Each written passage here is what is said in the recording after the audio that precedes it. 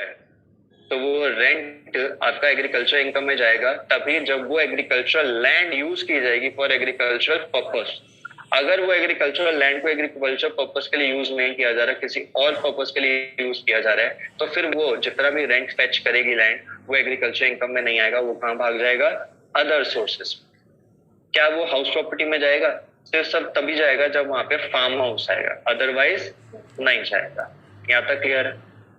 अगर आपने rent receive किया और आपके टेनेंट ने आपसे परमिशन लेके आगे लेट आउट कर दी प्रॉपर्टी, जिसे हम नाम देते हैं सब लेट कर दिया, तो हाउस प्रॉपर्टी में तो मैंने कहा था सब लेटिंग नहीं आती, वो अदर सोर्सेज में जाती है। बट अगर एग्रीकल्चरल लैंड की सब लेटिंग हुई है तो सब लेटिंग का पैसा जो टेनेंट ने रिसीव किया उसके हाथ में भी क्या होगा? Agricultural income. और क्या मानना जाएगा? एग्जम्प्ट। ये लास्ट क्लास वाला पॉइंट हो गया। इसके बाद में हमने यहाँ पढ़ा था कि सर जब भी आप कोई एग्रीकल्चरल एक्टिविटी करते हो तो वहां पे आप दो ऑपरेशंस परफॉर्म करते हो, एक बेसिक और एक सब्सिक्वेंट। सब्सिक्वेंट को मैंने दूसरा नाम अभी दे दिया, क्या? सेकेंडरी। तो ये अभी हमने रिवाइज भी किया, इसी के ऊपर और चर्चा भी की। यस और नो? इसी करने पड़ता, समझ रहा सब? ठीक है।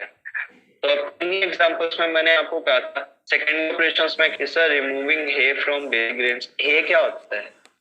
Removing sharp from grains. किसी ने देखा ये?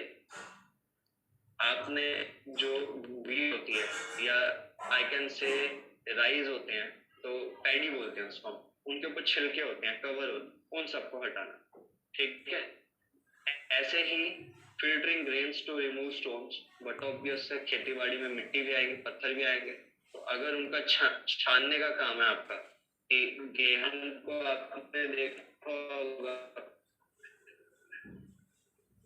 मूवीज में भी, गाँव देहात आते हैं तो लेकिन फूंक मारती रहती हैं कि जितने भी मिट्टी है, कूड़ा कंकड़ है या फिर हे है, क्या हो जाए?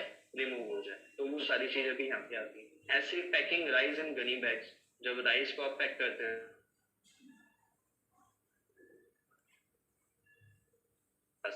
उसे प्रोसेसिंग सेकेंडरी करनी जरूरी है टू फिट फॉर कंजम्पशन।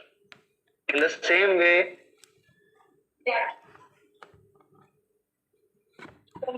हाँ, नहीं हमने हायर किया, हम इनकम दे रहे हैं, हमारी तो 100% इनकम एग्जम्प्ट हो गई ना। अगर मैं उसे एक्सपेंस क्लेम करना चाह रहा हूँ तो मैं फिर बिजनेस एक्टिविटी में भाग जाऊँ। मेरे लिए वो एम्प्लॉय का जो एक्सपेंस है मैंने उसको इनकम दिया, बट मेरी इनकम 100% एग्जाम्प्ट है। तो लॉ मेकर ने कहा तुम ये इनकम बताओ, बट इसको टैक्स के लिए एक्सपेंस को क्लेम करवाना नहीं करवाना वो अलग अलग सिचुएशन में डिपेंड करेगा। दूसरा, वो जो एम्प्लॉय मेरे से इनकम अर्न कर रहा है वो अगर सैलरी के नाम से कर रहा है तो उसके हाथ में वो सैलरी मान जाएगी, बट मैं उसका एक्सपेंस अगर क्लेम करूंगा तो मेरी इनकम फिर दो हिस्सों में डिवाइड हो जाएगी, एक एग्रीकल्चरल और एक नॉन एग्रीकल्चरल। ठीक है? वो कैसे करनी है अभी पढ़ने वाले हम यही बता रहे हैं। अच्छा, इसके बाद में हमने एक और चीज पढ़ी थी कि सर एग्रीकल्चरल एक्टिविटी जरूरी नहीं है किराए पर देकर होगी। आप एग्रीकल्चरल अगर प्रोड्यूस सेल करते हो, क्या करते हो? सेल। अभी याद करो आड़ती वाले केस में भी मैंने कहा था अगर वो सेल कर रहा है तो कहाँ आ जाएगा? 2(1)(a) में, बशर्ते वो एक्सपेंस ना क्लेम कर रहा हो, जो डिसअलाउड है 2(1)(a) के हिसाब से। मतलब अगर वो पीजीबीपी वाले एक्सपेंस को क्लेम करेगा, डेप्रिसिएशन लेगा, तो फिर वो कहाँ भाग जाएगा? पीजीबीपी। इन द सेम वे मैंने आपको एक केस पढ़ने के लिए बताया था जो था कौन सा? 2011 का 30 नवंबर 2011 को डिसाइड हुआ था डिप्टी सीआईटी। डिप्टी सीआईटी का मतलब क्या हो गया? डिप्टी सीआईटी की फुल फॉर्म पहले बहुत बार बता चुका हूं मैं, जल्दी बताइए। कमिश्नर या चीफ? Sir commissioner. अगर यहाँ पे मैं कमिश्नर ऑफ इनकम टैक्स के आगे चीफ लगा दूं, यहाँ नहीं है, मैं अगर लगा दूं तो ये क्या हो जाएगा? सर ये सीसीआईटी हो जाएगा। क्या हो जाएगा? CCIT versus best roses biotech private limited. ये केस जो था ये हाई कोर्ट के बाद में एपलेट ट्रिब्यूनल में, अब ये आपको याद रखने की जरूरत नहीं है। आईटीआईटी की फुल फॉर्म क्या है? Income tax appellate tribunal. Clear है? अब ये केस क्या होता? अहमदाबाद बेंच में गया था। यहाँ पे एसएससी ने कुछ ग्रो किया, ग्रो उसने सॉइल में किया, प्रॉपर जो फार्मिंग की टेक्निक्स हैं वो उसने फॉलो की, बट उसने वो सॉइल को शेड के अंदर रखा और क्या किया, टेबल पे रखा, मतलब एक्चुअल लैंड के अंदर ग्रो नहीं किया। इनकम टैक्स ऑफिसर ने कहा जी एग्रीकल्चर नहीं, वो कहता है मैंने सारे काम बेसिक और सेकेंडरी वाले किए, एग्रीकल्चर है। वो कह रहे हैं नहीं है, क्यों? क्योंकि तुमने क्या नहीं किया, ये एग्रीकल्चर लैंड पे नहीं किया। कह रहे ये लैंड पे हो ही नहीं सकता, मैं तो नई एडवांसमेंट टेक्नोलॉजीज ला रहा हूँ। सरकार हमें कह रही है जितना ज्यादा आप कम पेस्टिसाइड्स को यूज करोगे, जितना ज्यादा ग्रीनर वे में क्रॉप्स को ग्रो करोगे, उतना ज्यादा बेनिफिट है, देश तरक्की होगी। ऐसे करने से मैं पानी की खपत भी कम कर रहा हूँ, बट मैं नहीं मानता। वो कह रहा है मैं मान रहा हूँ। इनकम टैक्स वाले क्या कह रहे हैं, मैं नहीं मान रहा। एपलेट ट्रिब्यूनल में गया और वहां जाके यही डिसाइड हुआ कि भैया अगर कोई पर्टिकुलर पर्सन कोई ऐसा टास्क परफॉर्म करता है जिसके अंदर बेसिक और सब्सिक्वेंट दोनों ऑपरेशंस हैं और वो सारी हरकतें कर रहा है जो लैंड पे की जा सकती हैं, बस वो लैंड की जगह कोई और I can say platform use कर रहा है वो बेसिक और सब्सिक्वेंट को, तो उसे भी क्या मान लेंगे, एग्रीकल्चर। तो अगर आपने ये केस रीड किया हो तो इसके अंदर यही चीज थी। किस किसने रीड किया था जल्दी बताइए। तो ये ग्रीन हाउस के बारे में, इसमें आप एग्जांपल ले सकते हो, बहुत बढ़िया एक एग्जांपल है, मैं कहूंगा मशरूम्स की growth.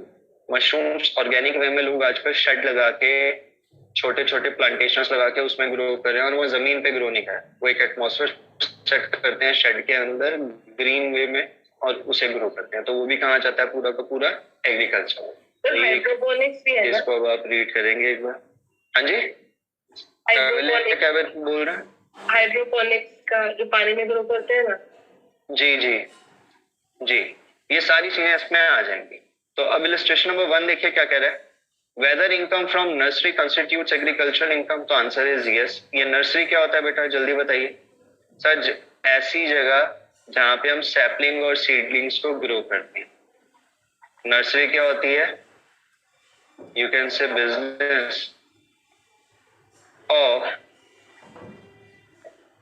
growing and selling saplings and seedlings। पेड़ बना के दे दोगे, पेड़ इसमें नहीं आएगा। सैपलिंग का मतलब क्या होता है, इन शॉर्ट छोटे पौधे, मतलब जो लगाने के बाद कभी पेड़ बनेंगे, ग्रो करेंगे अगर आप उसकी देखभाल करोगे तो नर्सरी इनकम जितनी भी है वो भी कहाँ आएगी, यहाँ पे। अब यहाँ इन्होंने क्वेश्चन बना के दे रखा है एक्चुअली एग्रीकल्चर इनकम में 4th पॉइंट, ठीक है। हम 4th पॉइंट कह के कर रहे हैं, एक्सप्लेनेशन के अंदर एक्सप्लेनेशन नंबर 3 में। तो इसके ऊपर भी बहुत सारे केसेस हुए थे कि जो लोग सैपलिंग सीडलिंग्स ग्रो करते थे वो कहते थे हम बेसिक और सेकेंडरी से पहले जो काम होता है वो कर रहे हैं, और वो सारे काम हरकतें हम भी कर रहे हैं जो 2(1)A में बोल रहे हैं, इसे भी करो। तो लॉ मेकर ने उससे पहले ही डाल दिया, लॉ ने क्या दिया, पहले ही डाल दिया।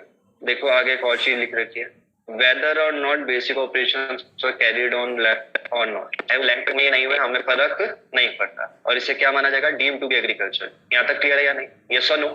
चलिए, अच्छा अभी हमने थोड़ी देर पहले एक कॉन्सेप्ट देखा पार्शियल इंटीग्रेशन का, मैंने कहा था ये पढ़ाऊंगा, बट पार्शियल इंटीग्रेशन से पहले अगर आपने नोटिस किया हो तो मैंने कहा था कि अगर सेकेंडरी ऑपरेशन से किए जाने तो एग्रीकल्चर, अगर सेकेंडरी के साथ कुछ बिजनेस भी किया जा रहा है तो वहां पे एग्रीकल्चर इनकम भी आएगी और नॉन एग्रीकल्चर इनकम भी आएगी। तो ये हमें सब कहाँ बता रखी है, बता रखी है रूल नंबर 7 बता रखी है 7। बड़े ध्यान से मेरी बात सुनना बच्चों, उसके बाद में आगे बढ़ना। ये क्या कह रहा है, where the income is partially agriculture income and partially the market value of any agriculture produce so raised by the SSC which has been further utilized or processed in such business will be allowed as deduction in such business। अगर मैं इसको थोड़ा सा और आप लोगों को clarify करके बोलूं, मैं यहीं पे लिख रहा हूं, ठीक है। लॉ मेकर कह रहा है आपके लिए, चल जो भैया जी, लॉ मेकर कह रहा है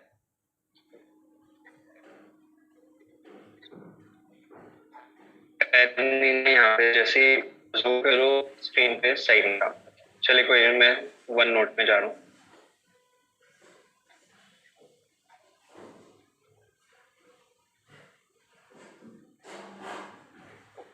देखिए सर, रूल नंबर 7 हमें क्या कहता है, अगर एक एसएससी है वो कैरी कर रहा है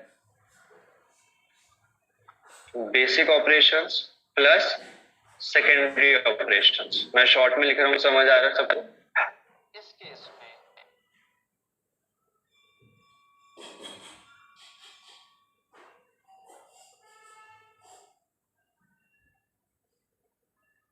परसेंट इनकम कौन सी है, 2-1 और 10-1 में क्या हो जाएगी एग्जाम। बट अगर वहां पे वो बिजनेस के एक्सपेंस क्लेम करवा रहा है, हमें चेक करना पड़ेगा कि भैया यहाँ एग्रीकल्चर इनकम के साथ में नॉन एग्रीकल्चर इनकम भी आ रही है। लॉ मेकर कह रहा है आप जो प्राइमरी कर रहे हो प्लस सेकेंडरी जो भी परफॉर्म कर रहे हो, इसके अंदर एक काम करो, आप सेल देखो, price of product. Sale price of product कहने का मतलब क्या हो गया, जिस प्राइस पे आपने वो प्रोडक्ट बेचा है किसको, कंज्यूमर, आफ्टर एसओ। एसओ का मतलब क्या हो गया, सेकेंड। इसमें से आप माइनस कर दो फेयर मार्केट वैल्यू। क्या माइनस कर दो, of agricultural produce on the day, जो उस दिन थी, मतलब जिस दिन आपने क्या किया, सेकेंडरी को परफॉर्म किया। यहां तक बात क्लियर है या नहीं? जो भी आपकी बैलेंस बचेगा वो आपकी क्या मान ली जाएगी, बिजनेस। यहां तक बच्चों क्लियर है? तो सर अगर हम इस चीज को मान के चले हैं तो जो ये हमने फेयर मार्केट वैल्यू देखी, ये कहीं ना कहीं हमारी एग्रीकल्चरल इनकम होगी। यस और नो? मतलब सर अगर हमने सेकेंडरी ऑपरेशंस परफॉर्म किए, लेट्स से हमने क्या किया, वीट को कन्वर्ट किया किसमें, आटे में, हमने यहाँ डेप्रिसिएशन चक्की की मशीन पे कर रखी थी, तो वो बिजनेस आ गया। लॉ मेकर कह रहा है बिजनेस है, हम कह रहे हैं नहीं एग्रीकल्चर। लॉ मेकर ने पहले रूल नंबर 7 में क्लैरिफाई कर दिया कि भैया तुम तो दोनों कर रहे हो, तो यहाँ क्या करो, आटा तुमने लेट्स से बेचा कितने का, 100 का, वीट कितने की इस्तेमाल की थी इसमें, उसकी फेयर मार्केट वैल्यू, मैं कहूंगा मैंने वीट 100 रुपए की इस्तेमाल की। लॉ मेकर कहता है हमें ना 10 रुपए चाहिए, ना 100, ना 50, जितनी वीट इस्तेमाल हुई है उसकी फेयर मार्केट वैल्यू कितनी है, कि अगर नॉर्मल इंसान मार्केट में जाके वो वीट खरीदता है, मतलब खाली कणक खरीदता है, गेहूं खरीदता है, तो उसे वो कितने की मिलेगी। जो फेयर मार्केट वैल्यू चल रही है उसे क्या कर लो आप, 100 रुपए में से माइनस। लेट्स से हमने कहा कि सर फेयर मार्केट वैल्यू चल रही थी 50, लॉ मेकर कहता है अब तुम्हारी यहाँ पे बिजनेस इनकम, या फिर मैं बात करूं नॉन एग्रीकल्चरल इनकम, वो कितनी हो गई, 50। तो सर फिर मेरे पास एग्रीकल्चरल इनकम कितनी हुई, लॉ मेकर कहता है ये जो फेयर मार्केट वैल्यू है दैट इज 50, इसे तुम ट्रीट कर लो क्या, एग्रीकल्चर। यहां तक बात क्लियर है या नहीं? ये समझ आया या नहीं आया? जो फेयर मार्केट वैल्यू मॉड्यूल के अंदर लिख रखा है वो कॉन्सेप्ट क्लियर हुआ या नहीं हुआ, बता दो भैया प्लीज, ऑनलाइन। Yes sir. ठीक है, आइए जरा क्या कह रहे हैं यहाँ पे। सर ये पता कैसे चलेगा कि मार्केट वैल्यू कितनी है, मार्केट वैल्यू मतलब फेयर मार्केट। तो कह रहे हैं there are 2 possibilities here, agricultural produce is capable of being sold in the market either in its raw stage or after application of any ordinary process to make it fit to be taken to the market। बात समझ आए? अब ये क्यों बनाया गया, इसका एक और एग्जांपल अभी मैं देता हूँ, उससे और क्लियरिटी आएगी। यहाँ तक लाइन समझ आई? ये तो इजी थी जितनी अभी तक हमने बातें की। In such a case the value calculated at the average price, क्या कह रहा है, वैल्यू जो आपने कैलकुलेट करनी है वो कौन सी करनी है, at the average price at which it has been so 16 की बिकी, कभी 8 की बिकी। हमने सबका एवरेज निकाला, तो जो एवरेज आया एक्स अमाउंट, वो हमने क्या कंसिडर कर लिया, फेयर मार्केट वैल्यू। क्लियर है यहाँ तक? दूसरा पॉइंट क्या कह रहा है देखिए, फर्स्ट पॉइंट के अलावा।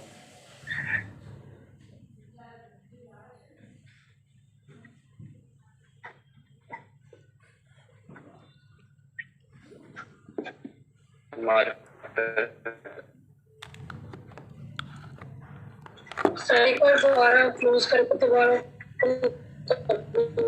इसमें भी दिक्कत हो रही है।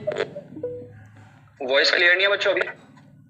बच्चों रुक जाती है, कभी स्पीड में बढ़ जाती है। एक्चुअली यहाँ पे ना जो इंस्टीट्यूट में जो नेट लगा हुआ है वाईफाई, इसकी कनेक्टिविटी सही नहीं आ रही है। दैट्स वाई मुझे भी एक थोड़ी सी प्रॉब्लम फेस करने को मिल रही है। जो पेन है हमारा वो रेगुलर बेसिस पे चल नहीं रहा है, ठीक है। थोड़ी देर बाद आप लोगों को माइट भी विजिबल हो, मुझे स्क्रीन पे विजिबल नहीं हो रहा है बीच बीच में। दूसरा देखिए क्या कह रहे हैं यहाँ पे, it is possible that agriculture produce is not capable of being sold in the market in its raw form leaves। क्या आप चाय पत्ती इस्तेमाल करते हो घर में? चाय किससे बनाते हो बच्चों? चाय पत्ती से। चाय की पत्ती तो हरे रंग की होती है, और जो घर में हमारे पास चाय की पत्ती आती है वो कौन से रंग की होती है? क्या आप हरे रंग की पत्ती को उबलते हुए पानी में डाल के चाय पत्ती बना बोल सकते हो? डाली तो चाय की पत्ती मैंने, लीफ को हिंदी में क्या बोलते हैं? जो पेड़ पौधों के पत्ते होते हैं, पत्तों को अंग्रेजी में क्या बोलते हैं? और लीफ को हिंदी में क्या बोलते हैं? हम चाय की पत्ती तोड़ के लाए चाय के बागान से, हमने उनको क्या कर दिया, डाल दिया पानी में। बात समझ आई है? क्या हमें चाय मिलेगी?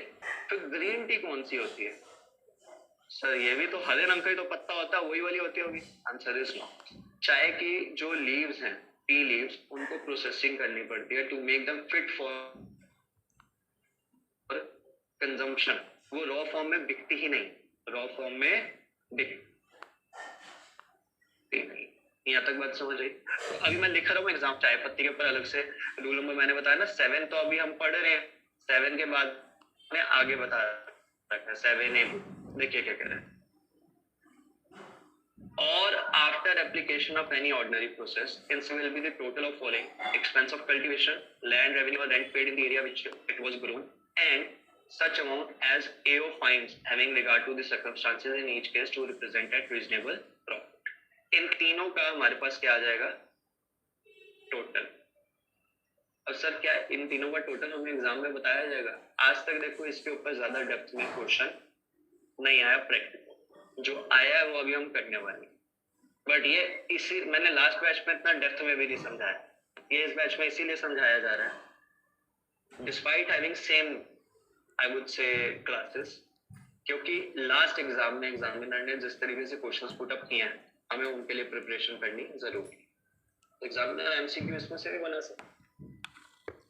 इंस्टीट्यूट तो क्या कहता है कि भैया बुक में है तो मतलब आपने पढ़ा, चाहे वो आपको इंपॉर्टेंट लगा या नहीं लगा। इलस्ट्रेशन नंबर 2 पे आइए पहले, उसके बाद में आगे बढ़े। देखिए क्या कह रहा है। कह रहे कुंदन लाल जी हैं, इन्होंने ग्रो किया शुगर केन। शुगर केन को हिंदी में क्या कहते हैं बच्चों? गन्ना। And uses the same for the purpose of manufacturing sugar. मतलब इन्होंने शुगर केन को कन्वर्ट कर दिया किसमें? शुगर में। इसके लिए पहले क्या करना पड़ा हुआ है? फैक्ट्री में गन्ना लेकर जाना पड़ा होगा, गन्ने को पीसा गया होगा, उसका काले रंग का जूस निकला होगा, फिर उसमें अलग अलग प्रकार के केमिकल डले होंगे, उसकी सफाई हुई होगी, फिर उससे चीनी बनाने के लिए और ज्यादा केमिकल डले होंगे। याद रखना बच्चों, चीनी जितनी ज्यादा चमकती हुई और क्रिस्टल फॉर्म में होगी, उतनी ज्यादा उसमें केमिकल्स की मात्रा होगी। येलो कलर की चीनी होगी तो भी उसमें केमिकल की मात्रा है, but in comparison to white कम है। बट हम लोग ज्यादा कहते हैं ना, चमकती हुई चीज की तरफ ज्यादा जाते हैं। तो इंस्टेड ऑफ, मैं कहूंगा आपको चीनी की बजाय यूज करा करो शक्कर। क्या यूज किया करो? शक्कर।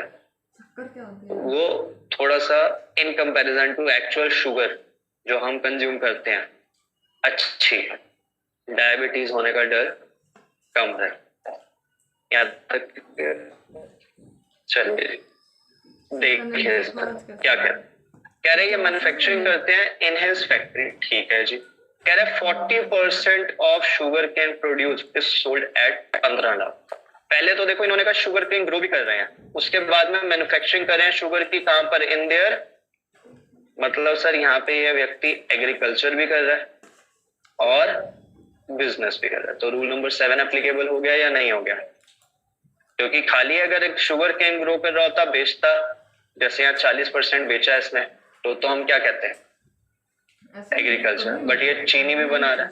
कह रहा है जितनी भी इन्होंने शुगर कैन ग्रो की 40% बेच दी 15 लाख की, and cost of cultivation of this part is 8 lakh. कोई दिक्कत? कह रहा है 60% is produce further subjected to manufacturing of sugar and market value of same was 33 lakh. Cost of cultivation of this part was 21 lakh. यहाँ तक clear है या नहीं? कह रहा है post incurring 3 lakh in manufacturing process for sugar. मतलब आप कहना चाह रहे हो कि मैंने जो शुगर बनाई इसकी मार्केट वैल्यू कितनी आई मेरे पास, 33 लाख। इसकी फेयर मार्केट वैल्यू मेरे पास कितनी आई, 21 लाख। किसकी, शुगर केन। ये 21 लाख कहां से आया सर? आपको बताया ना, cost of cultivation of this part मतलब 60% जो पार्ट है, इसका कॉस्ट ऑफ कल्टीवेशन कितना था, और कह रहे 3 लाख रुपए आपको फर्दर प्रोसेसिंग पे लग गए। प्रोसेसिंग पे कितने लग गए, 3 लाख। कहता है that the sugar cane was subjected to sugar was sold for 40 lakh. Market value 33 की थी, बट आपने सेल कितने की 40 लाख। बच्चों यहाँ तक बात समझ आई या नहीं है? यहाँ तक क्लियर है क्वेश्चन? पहले अब देखो यहाँ कहते हैं you are required to advice agriculture and business income, कितनी एग्रीकल्चर है और कितनी कौन सी है, बिजनेस इनकम। पहले आप लोगों से क्वेश्चन है यहाँ एग्रीकल्चरल इनकम कितनी है? ये तो एग्रीकल्चर आपने सीधा बोल दिया कि सब 40% बेचा तो 15 लाख रुपया आ गया। बट एक बात बताओ, अभी थोड़ी देर पहले हमने बचपन में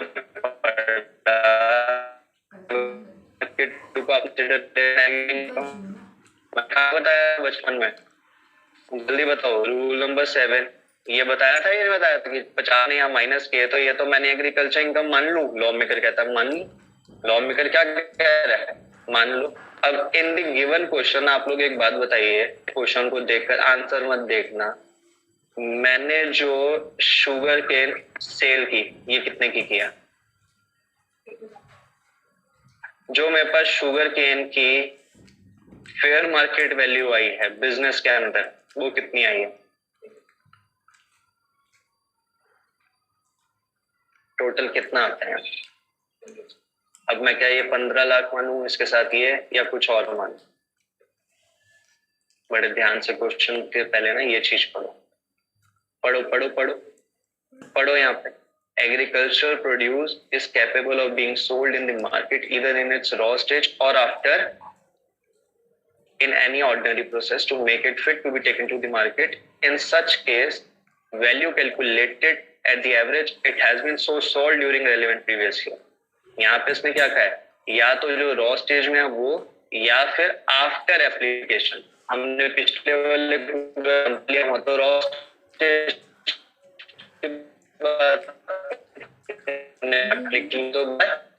यहाँ पे क्या हमारे पे एप्लीक करने के बाद में शुगर बन गई या नहीं बन गई? शुगर की फेयर मार्केट वैल्यू कितनी है? एग्रीकल्चरलिस्ट को भी तो फायदा देना है। यस और नो? अगर मैं शुगर केन वैसे बेची जाए तो मेरी कितने की बिकेगी? सब 15 लाख। यस और नो? और उसके बाद में मार्केट वैल्यू 33 है। आप लोग 21 लाख रुपए बोल रहे थे, ये किसकी वैल्यू है? Cost of cultivation. तो अपर्णा ने अभी गलती कहाँ की? अपर्णा को कॉन्सेप्ट क्लियर है, ये मुझे पता है। हम सब गलती करते हैं ऐसे बचपन में। मैं चाहूं मैं डायरेक्टली इसका अभी बता दूं, बट अपर्णा ने अभी बेसिक मिस्टेक कहाँ की? एक ही जगह। सब पता है अपर्णा को, बट अपर्णा ने जब क्वेश्चन पढ़ा तो क्वेश्चन में 5-6 फिगर दे रहे थे, जिसमें अपर्णा 21 लाख को पकड़ गई। पकड़ना किसको था? 21 पे क्यों गए? क्योंकि सर वो कंटिन्यूएशन में पैराग्राफ चल रहा था, लास्ट फिगर वही थी। ह्यूमन टेंडेंसी है हम सबसे पहले लास्ट फिगर पे जाते हैं, इसीलिए बार बार बोला जाता है इस पेपर में क्या रखना है आपको, प्रेजेंस ऑफ माइंड। तो बच्चों एक बात अगर मैं शुगर कैन की, तो मेरे पास फेयर मार्केट वैल्यू पे पता चलेगा 15 लाख एक बेचा, दूसरी फेयर मार्केट वैल्यू कितनी है टोटल। अगर मैं सेल देखता हूँ, अभी मैंने यहाँ ये नहीं बदला कि मेरी एग्रीकल्चर इनकम कितनी है और कितनी नहीं है। चीनी की अगर मैं बेचता हूँ चीनी को, तो उसमें कितना है जल्दी बताइए, बात समझ आई या नहीं आई, यहाँ तक क्लियर है या नहीं है। अब सर यहाँ पे आपके पास जो ये पॉइंट आया, इसमें आपने मार्केट वैल्यू जो ली है 33 लाख, ये 60% किसकी है, ये शुगर की है। किसकी है, क्योंकि मेरे लिए तो वो भी तो कॉस्ट ही बन गई ना। ठीक है, आगे देखिए इसमें क्या करें, ध्यान से देखिए जरा। मेरे पास कल्टीवेशन की कॉस्ट कितनी आ रही है, ये कैसे आई, ये कैसे आई। अच्छा सबसे पहले बात बताओ, मैंने चीनी कितने की बेची, चीनी कितने की बेची 40 की, फेयर मार्केट वैल्यू मेरे को माइनस करनी थी, ये कितनी आ गई 33 लाख। ये सुनो, मेरे पास यहाँ पे बैलेंस कितना बचा 7 लाख। मैंने इसमें फर्दर प्रोसेसिंग की थी कितने लाख की, मेरे पास बिजनेस इनकम कितनी बची, ये तो सबको क्लियर होगा। मेन क्वेश्चन उठ रहा है एग्रीकल्चरल इनकम कितनी है। यहाँ पे एग्रीकल्चर इनकम हमने अभी कितनी निकाली जल्दी बताइए, 15 प्लस, बट सर 15 तो समझ आया शुगर केन बेच के हुआ, 33 तो फेयर मार्केट वैल्यू हमें किसकी बता रखी है, शुगर केन की। लॉ में अगर कहता है अभी ऐड करो, इसमें से माइनस करो कॉस्ट ऑफ कल्टीवेशन। अब कॉस्ट ऑफ कल्टीवेशन जब तुम माइनस करोगे, क्योंकि एग्रीकल्चर इनकम भी तो तुम्हारे हाथ में कितनी है, एक्सपेंस तो तुम माइनस करोगे ना। मैंने आपको पहले भी बोला एग्जम्प्टेड इनकम दिखानी जरूर है, टैक्स करनी है नहीं करनी वो बात की बात है, बट दिखानी जरूर है। तो यहाँ पे जो हमारी कॉस्ट ऑफ कल्टीवेशन है वो कितनी है क्वेश्चन में, जल्दी देखिए सर। सबसे पहले तो 40% 15 लाख, जिसके ऊपर उसने क्या कहा कल्टीवेशन की कॉस्ट थी 8 लाख। उसके बाद में कल्टीवेशन की कॉस्ट जो रिमेनिंग 60% था, उसकी उसने कितनी बोली 21 प्लस 8 कितना होता है 29 लाख। तो मैंने क्या किया 29 लाख रुपीज माइनस कर दिया। ये क्या है मेरी कॉस्ट ऑफ या फिर कॉस्ट ऑफ फार्मिंग, जिसमें मैंने बेसिक ऑपरेशंस भी किए और सब्सिक्वेंट ऑपरेशंस भी कर दिए। ये मेरा क्या है सेल ऑफ एग्रीकल्चर प्रोड्यूस। ये क्या है मेरी fair market value of agriculture produce और प्रोडक्ट फिट फॉर मार्केट। यहाँ प्रोडक्ट फिट फॉर मार्केट क्या था मेरे पास शुगर। तो यहाँ हमने किया माइनस, हमारे पास कितना बचा 19 लाख। ये मेरा क्या हो जाएगा 10(1) में एग्जाम, और ये क्या हो जाएगा 28 के अंदर चार्ज। यहाँ तक क्लियर है सबको?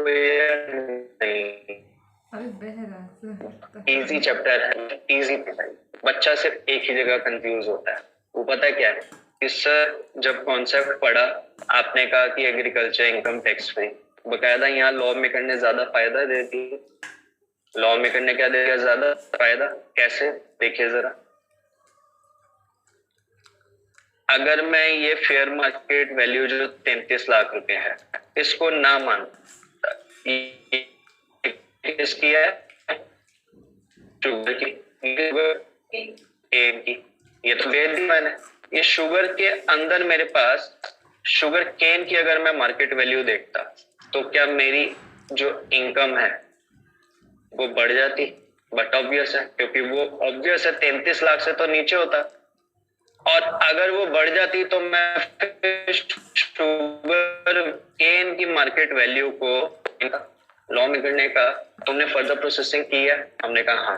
अब फर्दर प्रोसेसिंग करने के बाद में क्योंकि तुमने खुद ही उगाया, तुम खुद ना उगाते, अगर ये तुम खुद ना उगाते तो तुम फेयर मार्केट वैल्यू लेते शुगर केन की, क्योंकि तुम्हें सिर्फ और सिर्फ क्या निकालनी थी बिजनेस इनकम। एग्रीकल्चर तो तुमने किया ही नहीं, बट यहाँ एग्रीकल्चर भी तुम खुद कर रहे हो, तो तुम्हें भी हम बेनिफिट दे रहे हैं कि जो एग्रीकल्चर प्रोड्यूस तुमने बेचा, ये क्या था तुम्हारा एग्रीकल्चर प्रोड्यूस, और प्रोसेस जो एग्रीकल्चर प्रोड्यूस बेचा उसकी तुम फेयर मार्केट वैल्यू माइनस करो। ये तुम माइनस करोगे अगर, तो तुम्हें बिजनेस इनकम क्या हो जाएगी, कम। अगर तुम ये माइनस नहीं करोगे, market value of agriculture produce only करोगे, प्रोसेस्ड वाले की नहीं करोगे, तो तुम्हारी बिजनेस इनकम हो जाएगी ज्यादा।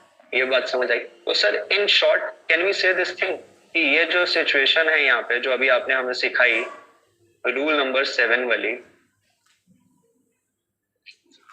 ये एप्लीकेबल है where agriculture and business carried by same person। रुको एक और एग्जांपल दूंगा, इसलिए क्लियर होगा, पढ़ ध्यान से। हम नाम लेते हैं किसका यहाँ पे, अपर्णा ने एक फैक्ट्री स्टार्ट की जिसमें ये क्या करती हैं, आटा बनाती है, और इनकी फैक्ट्री का नाम है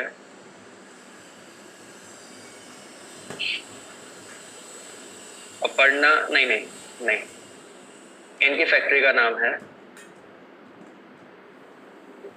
मिर्जापुर। अपर्णा है ना, त्रिपाठी है ना, तो मिर्जापुर में तो है त्रिपाठी जी। तो इन्होंने क्या किया, मिर्जापुर आटा इंडस्ट्रीज। मुझे एक बात बताइए, ये नाम सुनने से मेरे पास क्या ये बिजनेस आ गया या नहीं आ गया? अब अपर्णा कौन है हमारी, त्रिपाठी, तो त्रिपाठी जी हैं, तो इसीलिए हमने नाम क्या रख दिया, मिर्जापुर, क्योंकि ये ना याद रहेगा एग्जाम्पल, क्योंकि मिर्जापुर मेजॉरिटी बच्चों ने देखा होगा, ये याद रहेगा, एग्जाम्पल ही आपको क्या करेगा, एग्जाम में भी अगर ये चीज आ गई तो याद रहेगा कॉन्सेप्ट। अब बड़े ध्यान से मेरी बात सुनना, ये पूरा कॉन्सेप्ट क्लियर है।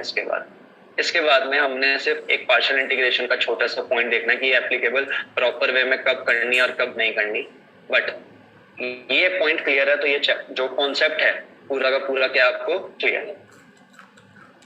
अपर्णा ने फैक्ट्री स्टार्ट की और फैक्ट्री के अंदर क्या करती हैं ये, प्रोसेसिंग ऑफ व्हीट। जो व्हीट है ये इनके पास दो तरीके से आ सकती है। दो तरीके से मतलब, या तो ये व्हीट क्या होगी इनकी खुद की,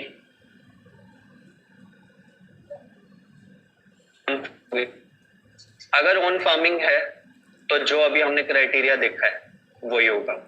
सेम क्राइटेरिया कैसे एप्लीकेबल होगा, ये सर हम क्या करेंगे जल्दी बताओ। सेल प्राइस ऑफ आटा minus fair market value of आटा। और मिर्जापुर इंडस्ट्रीज नाम सुनने में बड़ा लग रहा है ये आशीर्वाद आटा है। कौन सा आटा, आशीर्वाद। और यहां पे इनके पास कौन सी आ गई, बिजनेस की इनकम।